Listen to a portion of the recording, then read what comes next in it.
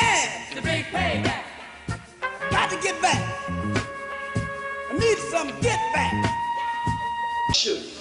During Reconstruction, we held every major position you can imagine. From the 41st Congress to the 56th Congress, we were involved in every one of the congressional systems or the congressional process from that 41st to the 56th. We were mayors, we were judges, we were sheriffs, we were senators, we were congressmen, and even B.K. Bruce of the Treasury Department, a black man, had his signature on all paper money in the United States of America, so it made no difference that a redneck camel breath, snuff dipping, tobacco chewing, straw chewing, beer belly, overall wearing, peckerwood, hated niggas. Every cracker, in order to buy anything, had to spend money with a black man's signature during Reconstruction on the paper money. But when white folks got tired of niggas being in political positions of authority over them, they lined up armed white men at the door of Congress. Bishop Henry McNeil Turner of the AME Church, that's right, armed guards stood at the door of Congress and would not permit Bishop Henry McNeil Turner, a black elected public official and a congressman, to enter the halls of Congress. They stood at the door of the mayor's office. They lined armed guards up at the sheriff's office, a black sheriff elected to be the sheriff of the town. But crackers stood at the door with their guns and said, "No more nigger sheriffs in this town." And brought another big beer-bellied peckerwood with overalls on, who was the new sheriff, Big Bubba. And they said, "Nigga, Big Bubba's the sheriff here in town now. No more nigger sheriff. And if you don't get away from here, we're gonna arrest you." Judges were unseated. that's right. Senators were unseated. And night riders, Ku Klux Klan, and disgruntled, angry, egotistical white men decided that it was a period that had to be stopped, that blacks were infringing on the rights of white people. Does it sound familiar?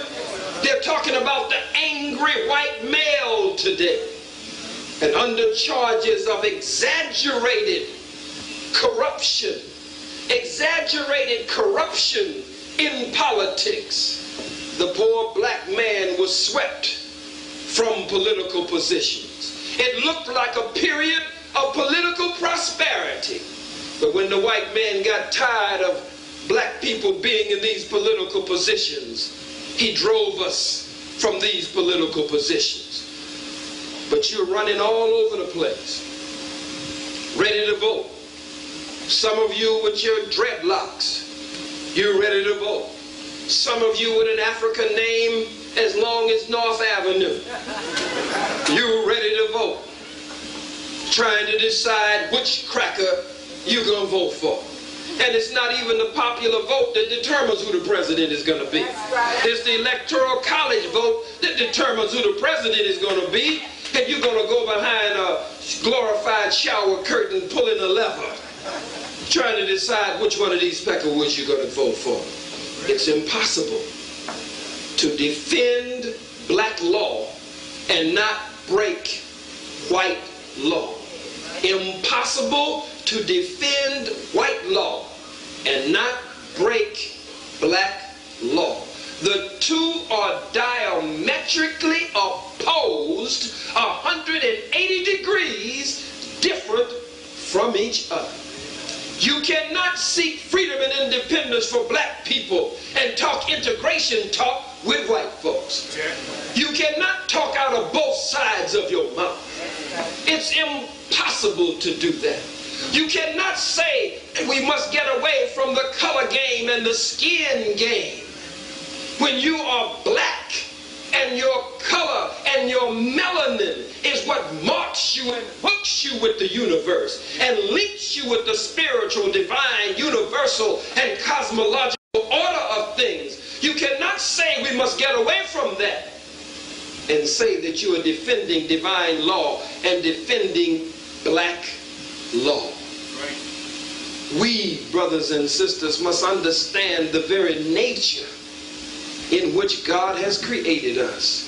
We are righteous by nature. We are other than righteous by circumstance. It is 400 years in specific and 6,000 years in general under the white man that has put us in this condition. 400 years in specific and 6,000 years in general that causes us to break black law today. You can't say you're defending black law when you will eat anything, put anything in your body, eat whatever you saw the pecker would eat. Ham hocks might be good for the white man. Pork chops and pig feet might be good for the white man. A whole lot of meat might be good for the white man.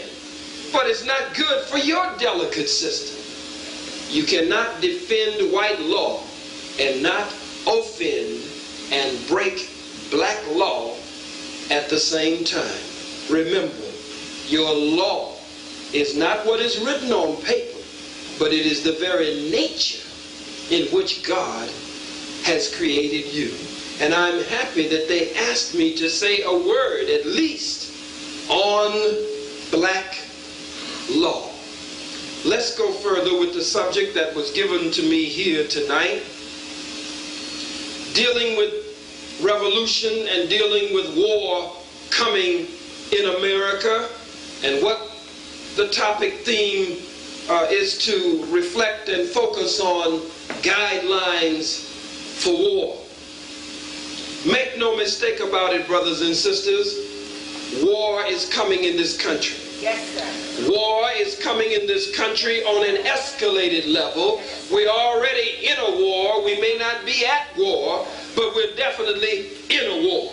And the white man is waging warfare against us in every field, in every discipline, on every plane. Yes, it makes no difference if you're a basketball nigger. The white man is waging war against basketball niggas. A football one, a baseball one, an actor on the big movie screen or the small television screen. It makes no difference. The white man is waging war. Yes, if you worked as a janitor or a maintenance engineer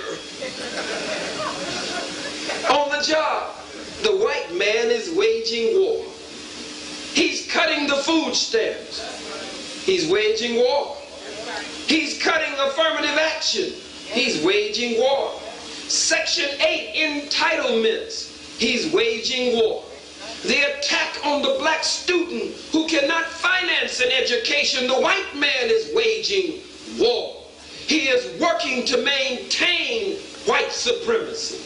And all over America, they are now beginning to kill us at an alarming rate. Shoot us 25 times, shoot us 10 times, shoot us 8 times, apply the chokehold, and then when the cop, after witnesses have seen it all over the community, when the cop goes before the courts of the criminal justice system of white America, they let him go scot-free. The white man is waging war. Mark Furman said the policeman, meaning the white policeman, is God on the streets with his gun and with his badge. He is judge, jury, and executioner right on the spot. But the question is, what is the black man doing? What is the black woman doing? What are we doing to defend black law? To defend our survival here on this planet? You can read everything you want to read, and we must read. You can study everything you want to study, and we must study. You can build and develop everything that you want to build and develop. But unless you have an army to defend what you're building and developing, an enemy or a savage beast will take what you build. You must have a way to protect it. And so we must build a black liberation army.